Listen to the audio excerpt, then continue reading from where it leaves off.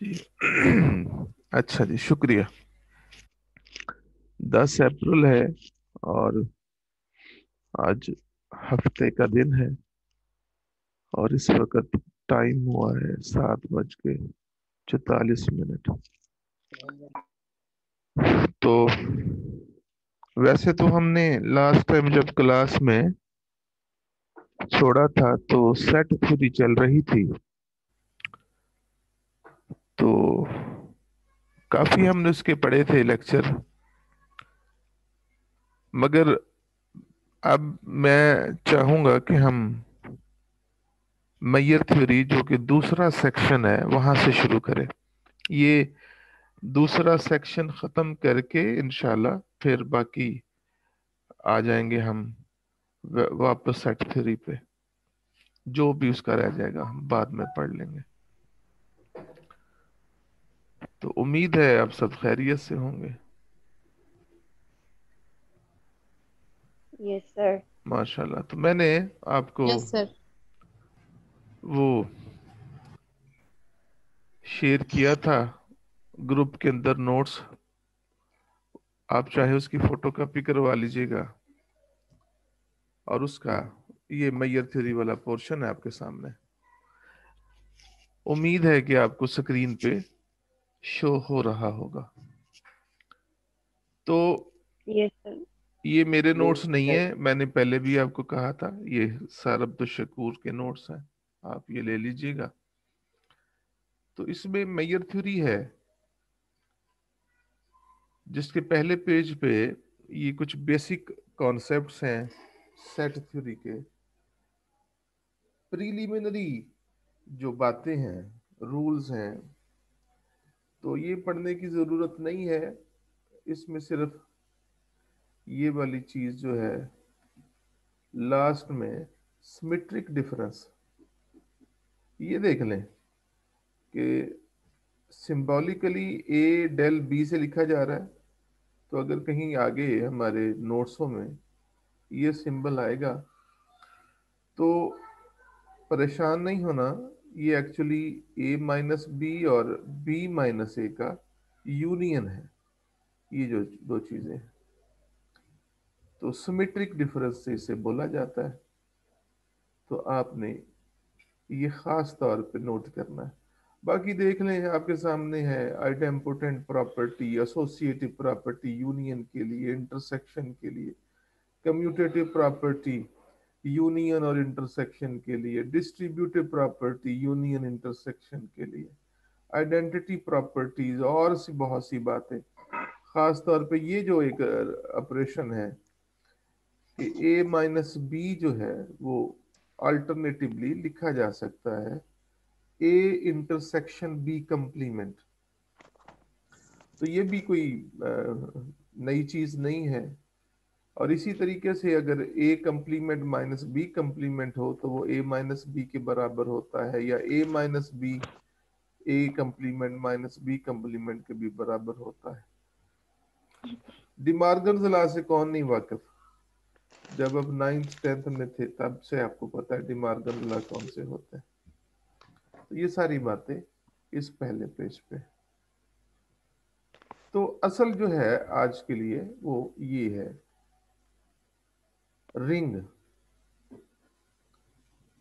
तो ये रिंग वो रिंग नहीं है जो कि पेश की जाती है किसी फंक्शन के मौके पे, या ये वो रिंग भी नहीं है जो आप रिंग एंड मॉड्यूल के अंदर पढ़ते हैं। तो मैयर थ्योरी के कॉन्सेप्ट में यहां रिंग से क्या मुराद? देखें, आपने शुरू से ही जब से एब्स्ट्रैक्ट मैथ को पढ़ना शुरू किया है तो आपने देखा कि बहुत सी स्पेसिस का जिक्र किया जाता है। मीट्रिक स्पेस की बातें होती हैं, और फिर जनाब इनर प्रोडक्ट स्पेस की बातें हैं, नॉर्म स्पेस की बातें हैं, वेक्टर स्पेस की बातें हैं। तो ये स्पेसिस के अंदर आप देखते हैं कि कुछ खास किस्म की एक्सियम्स या प्रॉपर्टीज को पता किया जाता है कि आपकी उस खास किस्म के सेट के अंदर वो खूबियां हैं कि नहीं है। तो आज के लेक्चर में जो भी होगा वो भी उसी तरह का होगा। जैसे आपने कभी जब किसी नॉन एम्प्टी सेट को ग्रुप साबित करना हो तो कुछ खास किस्म की चार प्रॉपर्टीज हैं वो देखनी होती हैं कि क्या वो उस सेट के अंदर होल्ड करती है कि नहीं करती।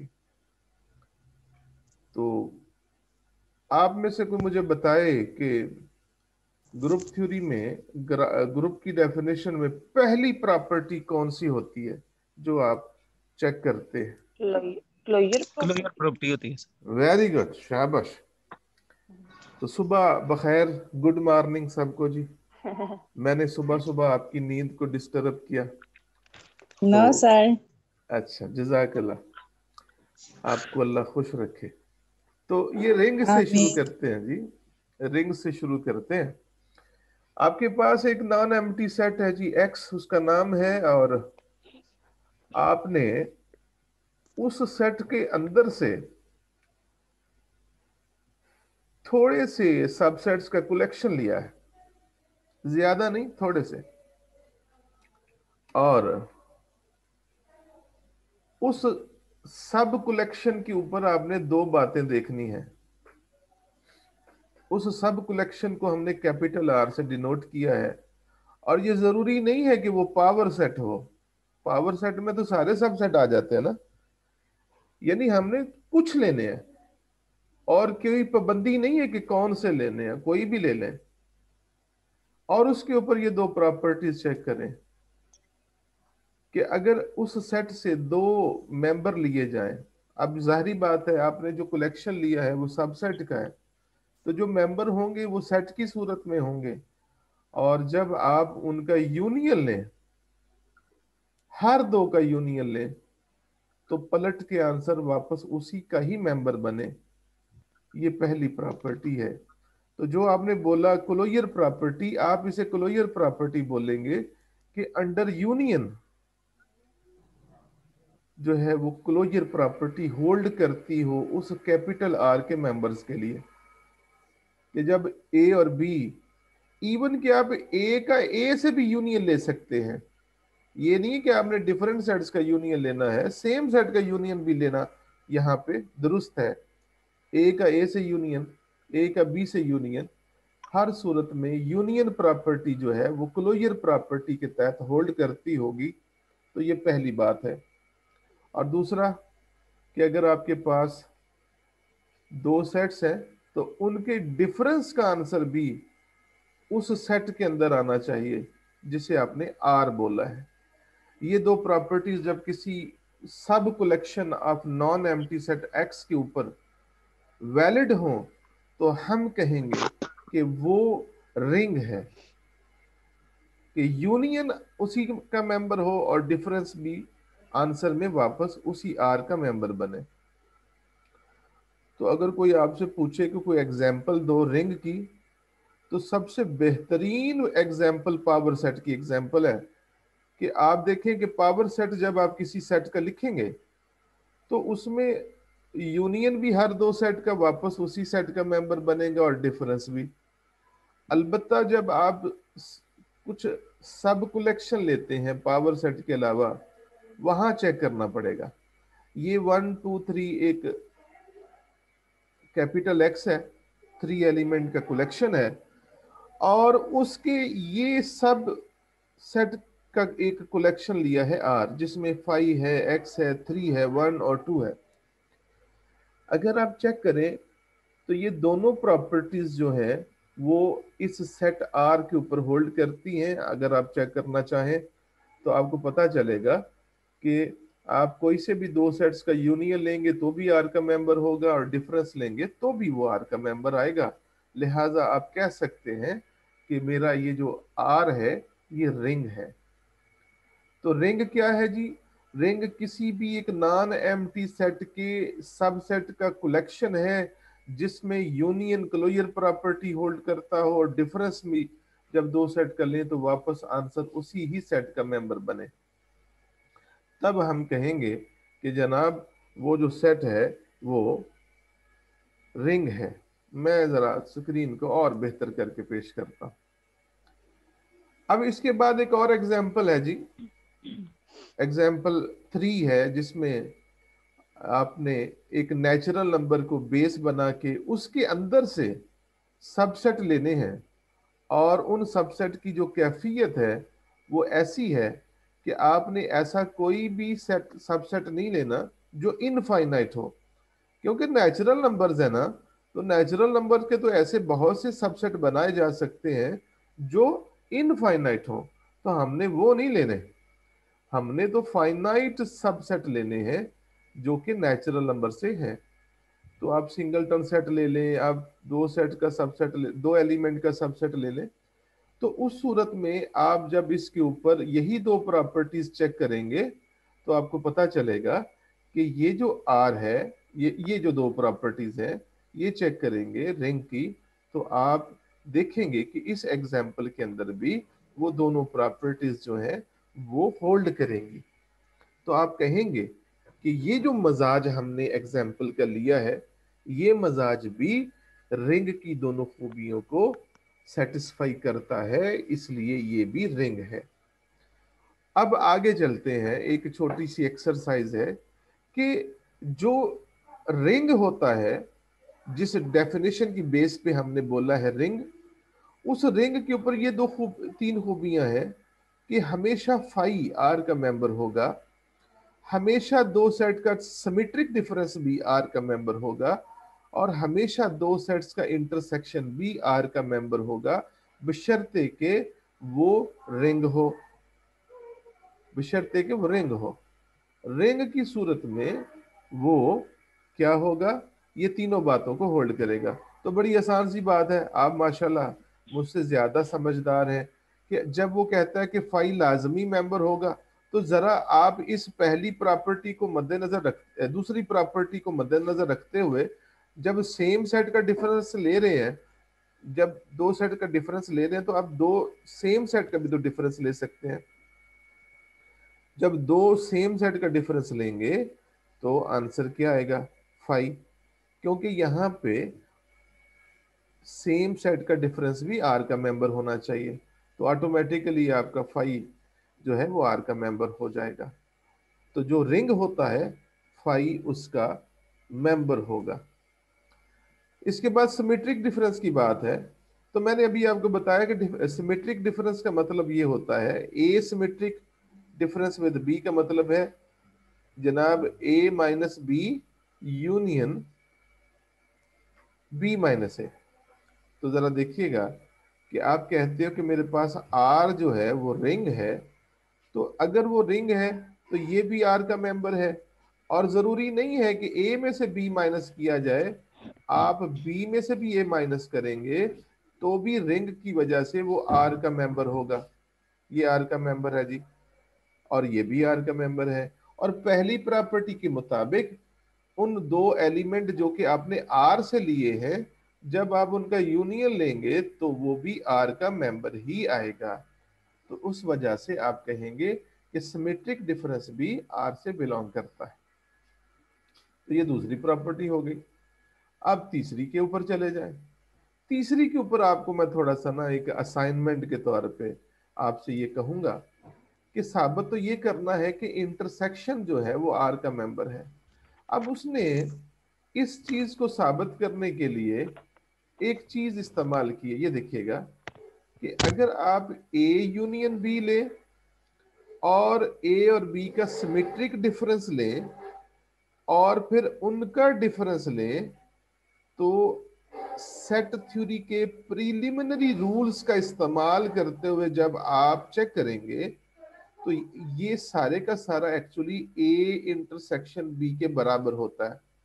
बस आपने ये आज बैठ के ना चेक करना है बेसिक सेट की थ्योरी के साथ कि क्या A union B minus symmetric difference of A and B वाकई ए इंटरसेक्शन बी के बराबर होता है।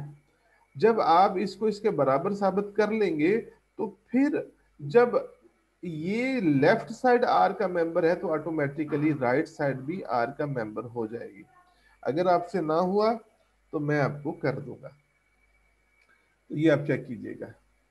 तो ये था सर कोई रिंग। एग्जांपल लेके करेंगे? नहीं नहीं नहीं नहीं नहीं, आप एमएससी में माशाल्लाह पढ़ते हो, डिमार्गन्स ला असा को सेट वो लेके तो नहीं ना साबित करना। ये मैट्रिक में होता था कि यू दे देते थे, एक ए और बी दे देते थे और कहते थे जो डिमार्गन्स ला को वेरीफाई करें। आपने यहाँ पे बेसिक ये जो मैंने आपको अभी पहले पेज के ऊपर नहीं बताया, ये जो रूल्स है, इन रूल्स की प्रॉपर्टीज मदद से। यूज करके। जी हाँ जी। आप वो चले, मैं आपसे एक बात पूछता हूं।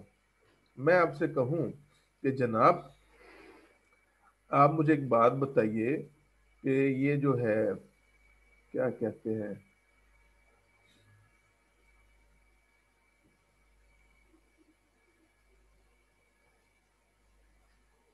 कितने गया है,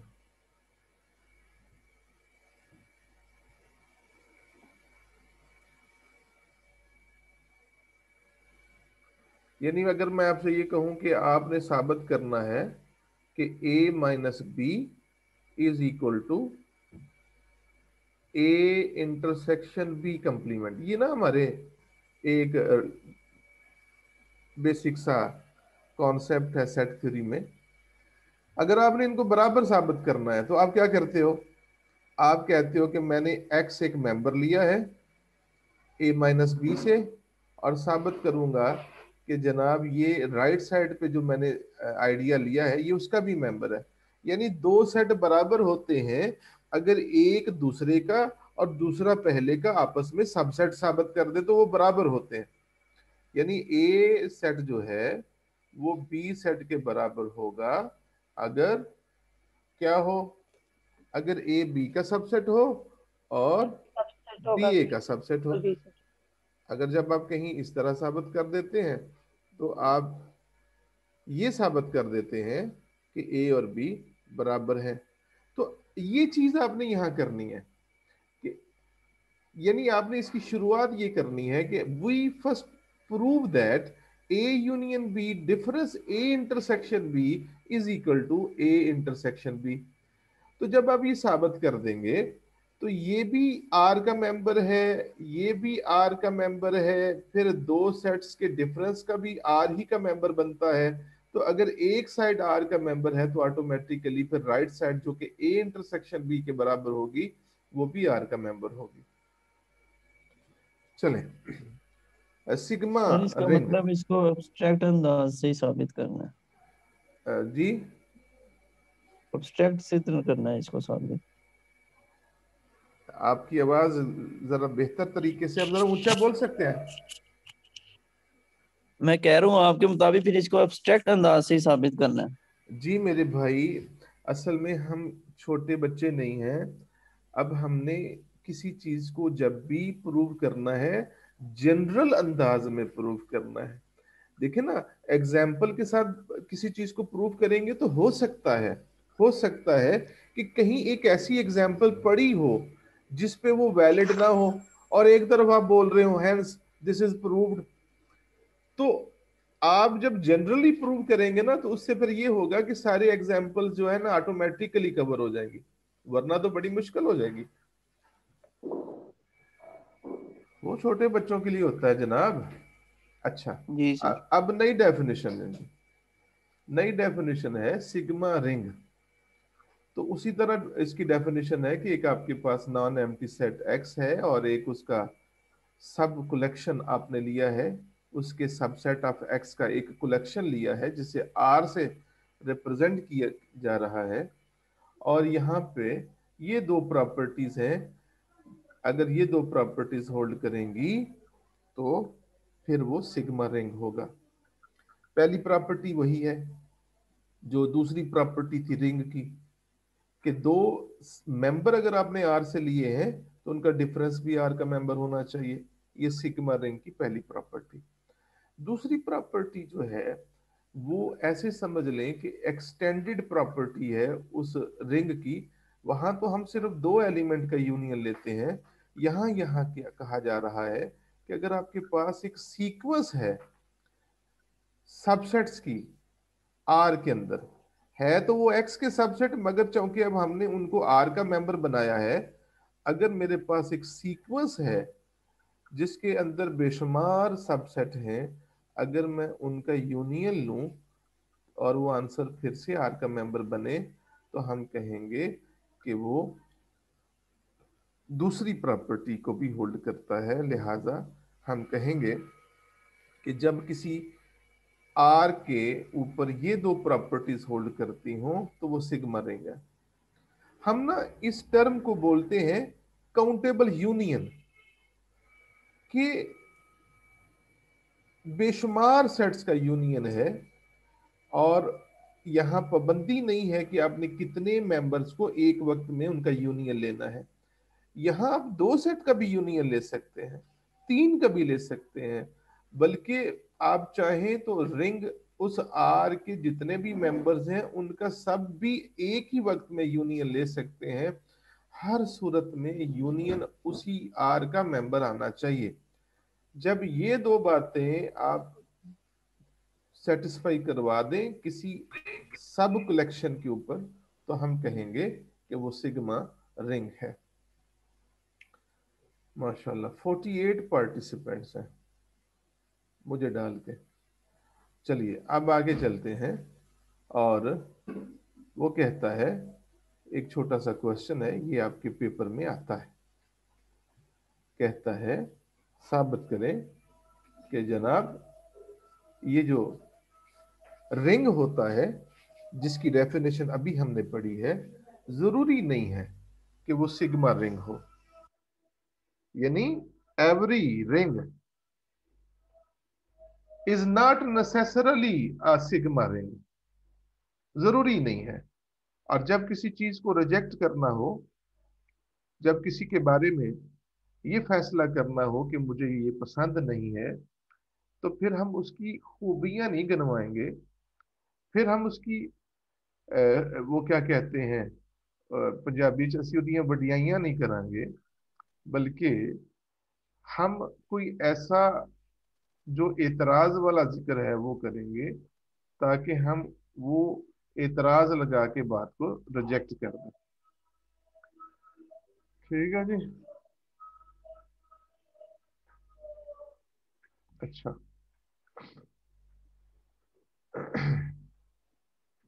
हम एक काउंटर एग्जांपल लेंगे जो ये बताएगी कि वाकई जो रिंग होता है वो सिग्मा रिंग नहीं होता। मेरे पास नेचुरल नंबर का सेट है और उसके मैंने ऐसे सबसेट्स का कलेक्शन लिया है जो फाइनाइट है।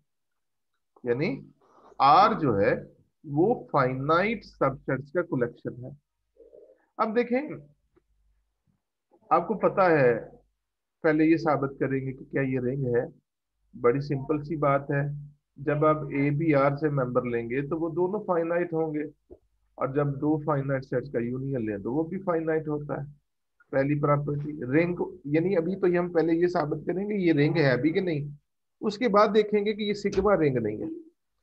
अब देखें, मैं कोई भी दो सेट लूंगा आर से तो दोनों फाइनाइट हैं, और जब मैं उनका डिफरेंस लूंगा वो भी फाइनाइट होगा। लिहाजा रिंग की जो दो बेसिक प्रॉपर्टीज हैं वो इस एग्जाम्पल पे पूरा उतरती हैं। तो कम से कम अब ये तो हम फैसला कर सकते हैं कि ये आर जो है ये रिंग है। अब मैं ये साबित करूंगा कि ये सिग्मा रिंग नहीं है।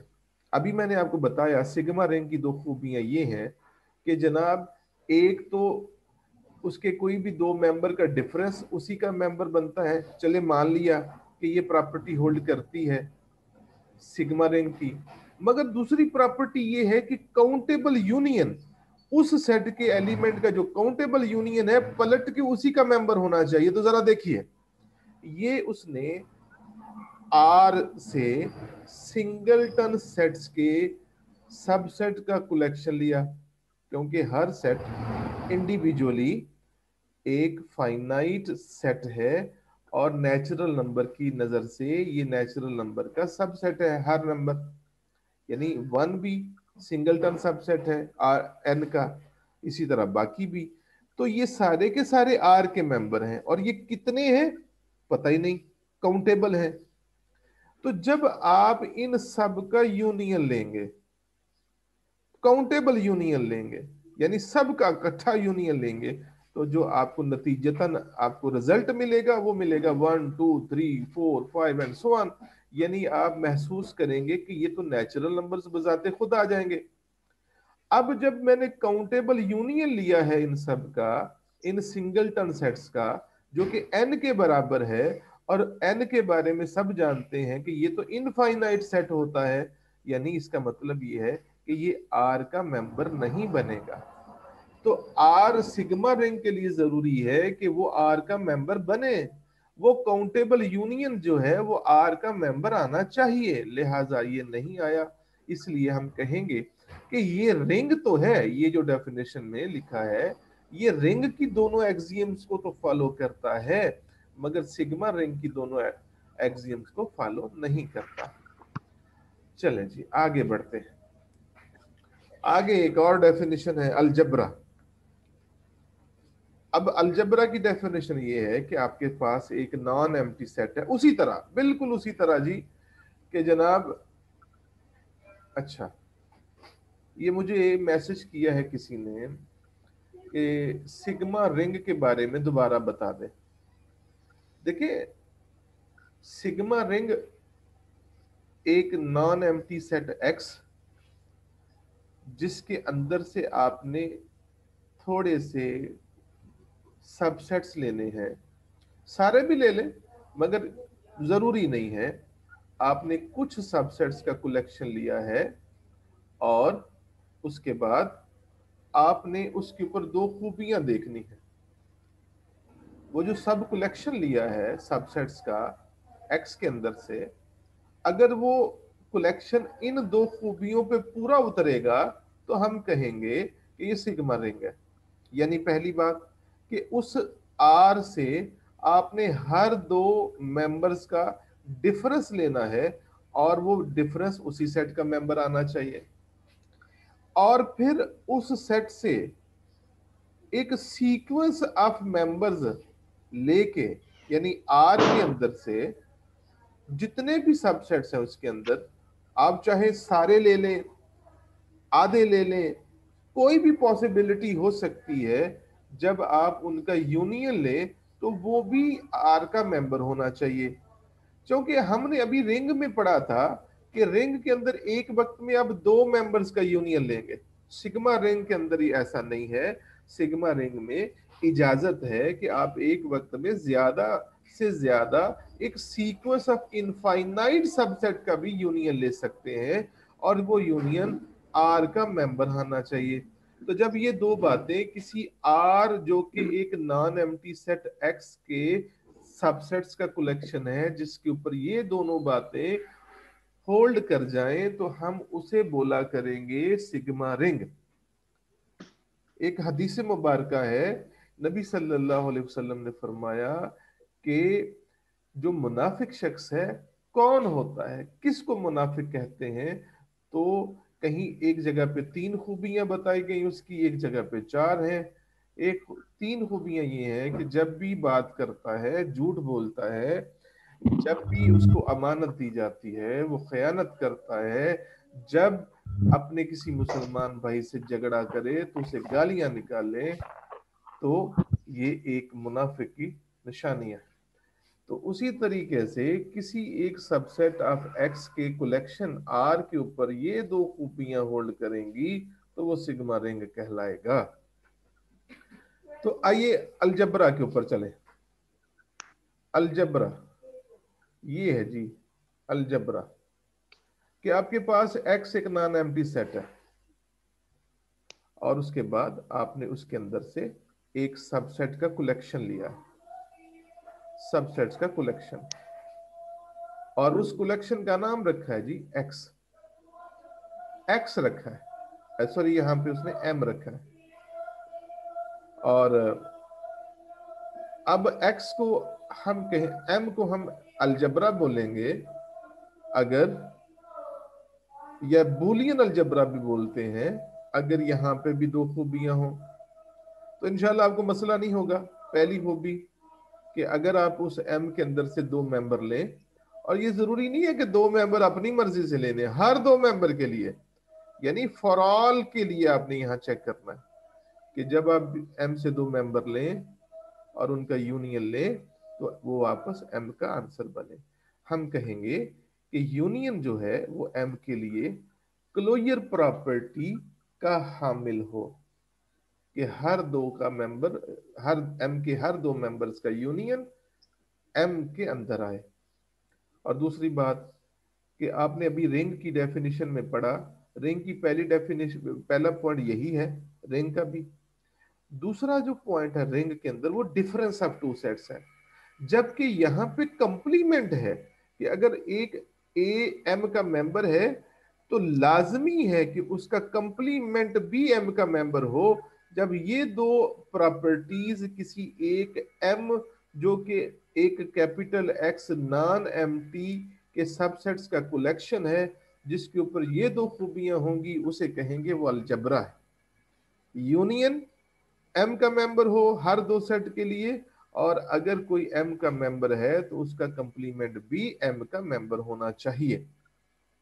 इसके बाद फिर वो खूबियां हैं, एग्जाम्पल्स हैं। मेरी बात समझ में आ रही है ना? यस जी सर। सर। जजाकल्ला। जी सर। जजाकल्ला।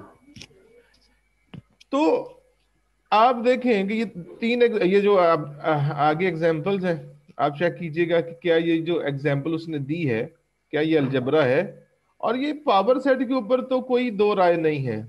पावर सेट जब भी आप किसी सेट का लेंगे वो इन दोनों खूबियों को जो है वो सेटिस्फाई करेगा, और ये दोनों खूबियां उसके अंदर मौजूद होंगी। आपको चेक करने की भी जरूरत नहीं है, अल्फाज में बस आपने लिखना है कि ऐसे है ऐसे है ऐसे है। अब सिग्मा अलजबरा भी पढ़ लें। जैसे रिंग था, फिर सिग्मा रिंग पढ़ा, फिर अलजबरा है, और अब सिग्मा अलजबरा। सिग्मा अलजबरा के अंदर एक खूबी एक्स्ट्रा है जो अलजबरा में नहीं है, और ये खूबी वही है जो सिग्मा रिंग के अंदर अभी हमने पढ़ी, काउंटेबल यूनियन वाली।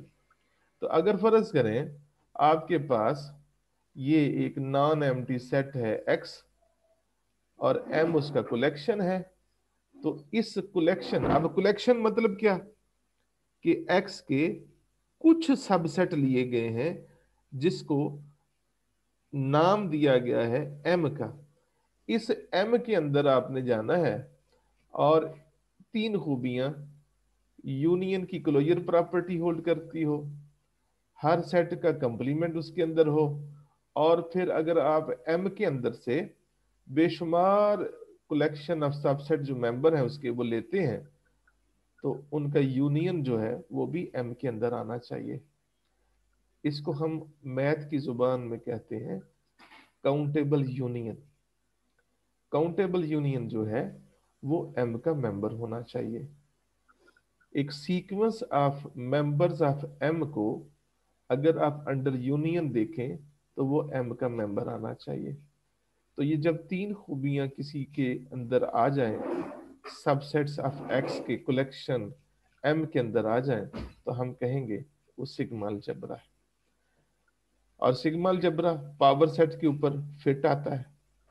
और ये एक उसने एग्जांपल ली है कि अगर एक्स एक कोई भी नॉन एम्प्टी सेट है, और एम के अंदर उसने यहां सिर्फ 2 मेंबर लिखे हैं, सारी दुनिया जानती है कि फाई का कंप्लीमेंट एक्स होगा और एक्स का कंप्लीमेंट फाई होगा, तो ये दूसरी प्रॉपर्टी होल्ड कर गया। इन दोनों का यूनियन ले लें तो भी उसी का मेंबर बनता है।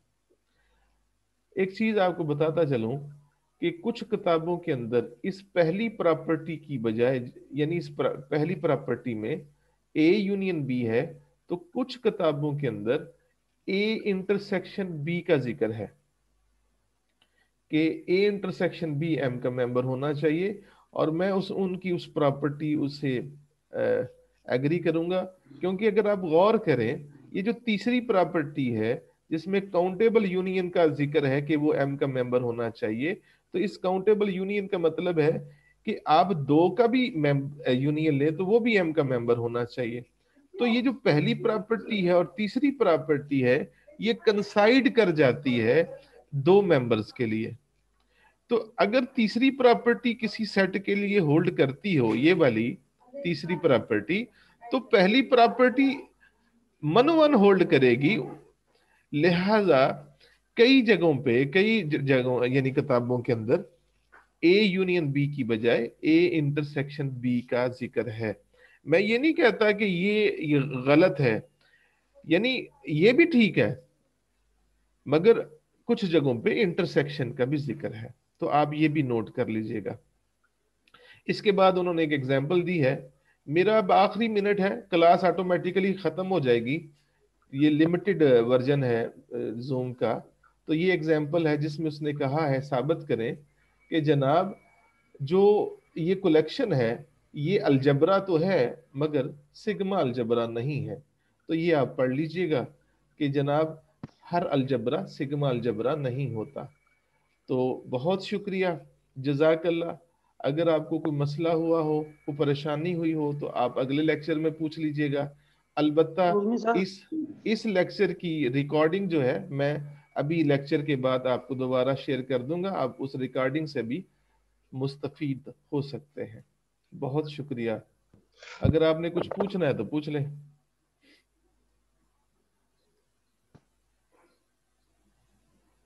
किसी ने सर कुछ मेरी पूछ रिक्वेस्ट है, जी, सर मेरी रिक्वेस्ट है कि सर टाइमिंग चेंज कर दें, कर लेते हैं चेंज। 8:30 की ठीक है। और मेरी भी एक रिक्वेस्ट है, जी सर। अगर टाइम चेंज करना फिर 12 बजे कर लें, मुझे कोई एतराज नहीं। नो सर 12 सर, ठीक है। 12 की क्लास होती है।